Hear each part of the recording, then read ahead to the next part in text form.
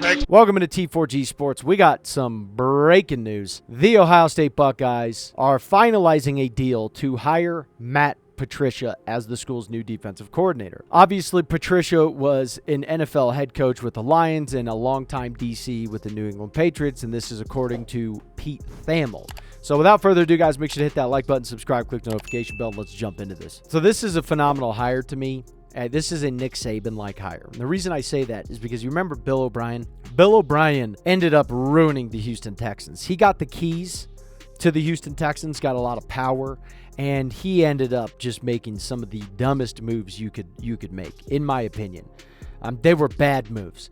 Now, I think it takes a long time to become good at being a head coach.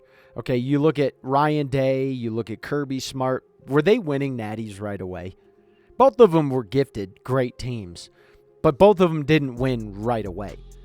Okay, even on those great teams, they just didn't win right away because they had to learn their craft of being a head coach. To be a head coach, it's much different than it is being a coordinator. Okay, much different because you gotta hire the right guys, you gotta have things in place, and it's not easy. But I'll remind you, at Ohio State, when we did that last video and we said that Ohio State actually wants to be in the position to lose their coaches. You know, there are some people like, this is the dumbest thing I've ever heard. No, why would you not want to be in that position? Why would you not want to be in a position to where you can tell coordinators, hey, come be a DC for us or come be an OC for us, and if you're good in 1 year, you could go get paid more than you can imagine. You could go become a head coach too, by the way. You could go become an offensive coordinator in the NFL again, or a defense coordinator in the NFL. You can go become the highest paid defensive coordinator in all of college football. How does that sound? And the beautiful part about that is Jim Knowles, right, becomes the highest paid defense coordinator. Did he take a single top Ohio State defensive player with him to Penn State when he leaves? No, not a single one. He didn't take Caleb Downs. He didn't take Styles. He didn't take Igbenogson. He didn't take Kenyatta Jackson, Caden McDonald, who they stole, by the way. Larry Johnson stole from Clemson, who decommitted from Clemson and then goes to Ohio State. Or Edric Houston, the mighty Edric Houston, who came from the heart of Georgia. No, he didn't take any of those guys. Chip Kelly goes on to Ohio State.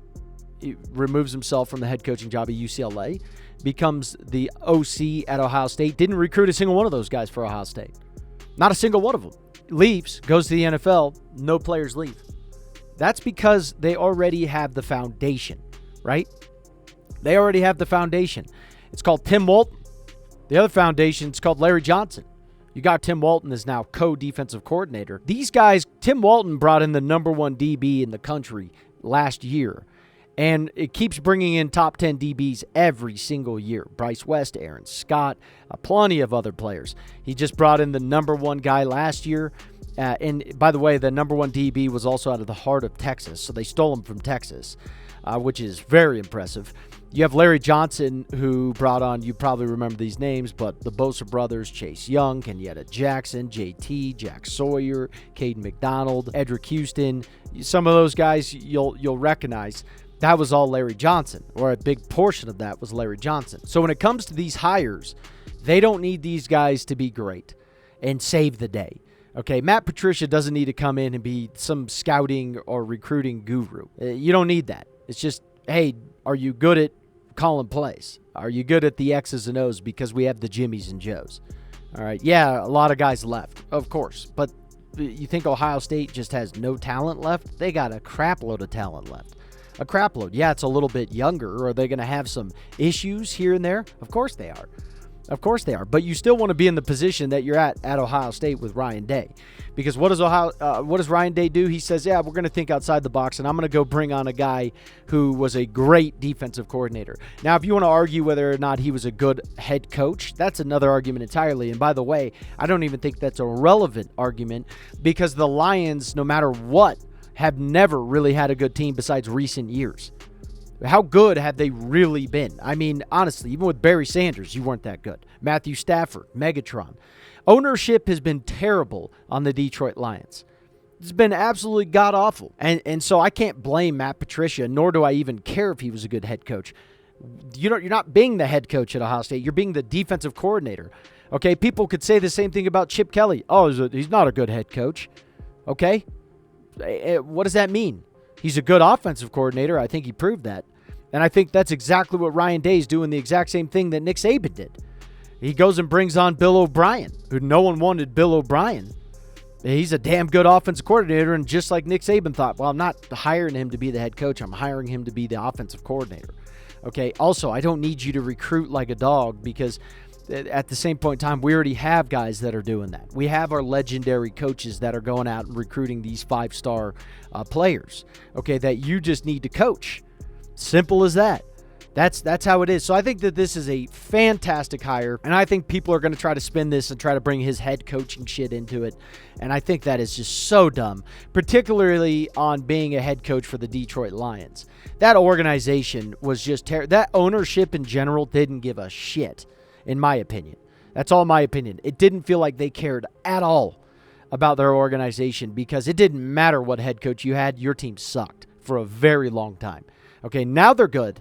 Now you're taking it seriously, but it's taken you a long time to take this seriously, because for a while you guys just didn't care. So I think people are going to try to say, well, he's a bad defense, or he's a bad head coach, and they're going to confuse his new job title, that it doesn't say head coach, it says DC.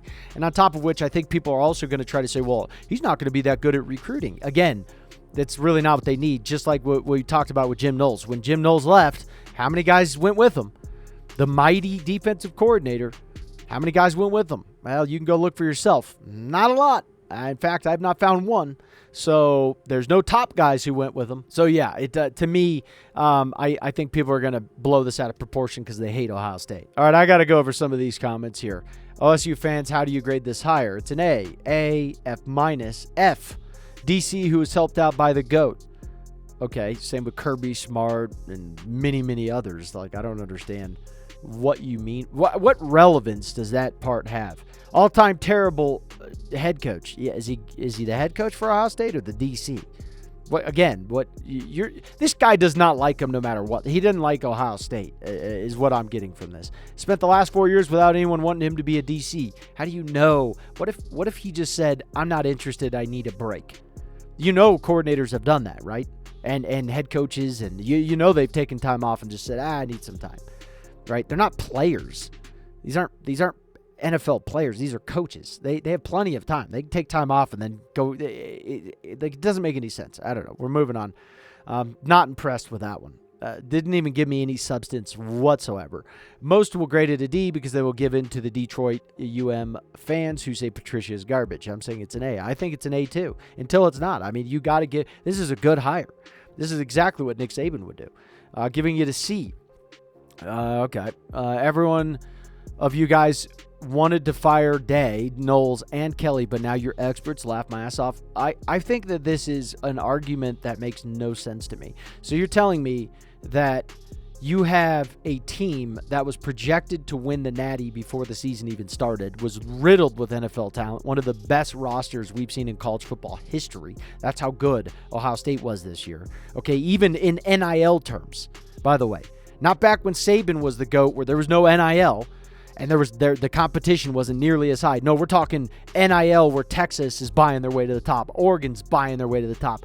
You're talking spending loads of money, even more than Ohio State, and they had one of the most legendary teams in history. Is so impressive, and yet they lose to Michigan, who, if it wasn't a 12-team playoff, which it was just a year ago, this legendary team wouldn't even have gotten into the playoff, by the way. And then when they get into the playoff, they dominated everyone, broke records, literally broke the record of going through the most top 5 opponents in history, by the way, and won the Natty. That when they lose to a team like Michigan, who couldn't win dog shit, basically, when they lose to a team like that, who's their rival, they should have been happy?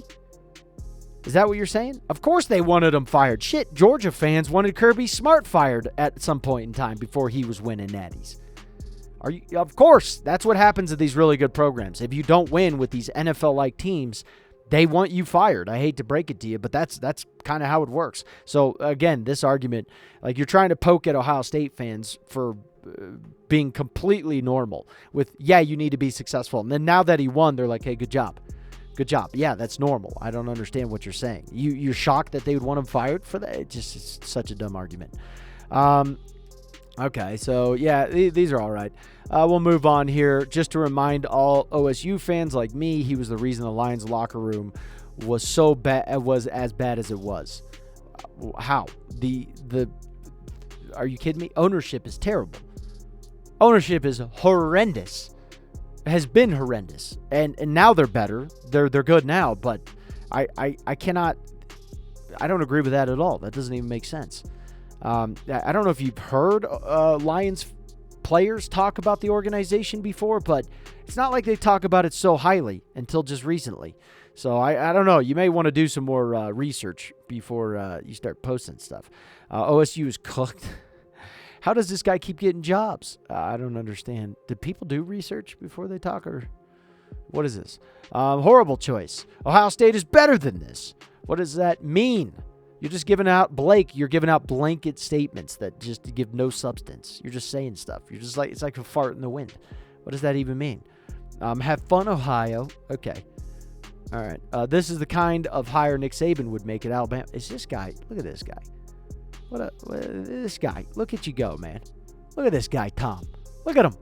All that just to lose to Michigan again. Yeah, you guys got to worry about. I mean, is that the only thing Michigan fans are worried about is beating Ohio State? Do you ever want to win a natty again? Are you worried about like the NCAA like cracking down on you for the cheating scandal? Or are you just worried about beating Ohio State? Because I'm telling you, if you're an Ohio State fan, you could lose to Michigan every year, but if you win the natty, that's the only thing that matters. Rivalries are dying. I hate to break it to you. People are going to fight it and say, no, that's crazy. No, it's true. They are flat out dying. Unless you play each other in the playoff, that's really the only time rivalries are going to truly matter. Because like last year, okay, or this last year, it was a 12-team playoff. When Ohio State lost to Michigan, they're still in the playoff. If this was the year before that, they were doomed. So, yeah, that rivalry meant everything, because then Michigan would have been like, we kicked you out of the playoffs, ha, ha, ha. Now they didn't, and Ohio State wins it all. So Michigan's sitting there like, well, damn, that sucked. So that's just kind of the way it works. Back-to-back, baby. I don't know about that one. We'll put a pin in that one. But, yeah, this is funny. It's all good and fun seeing the comments here. Of course, you're going to get some people poking fun, but I think this is a good hire overall.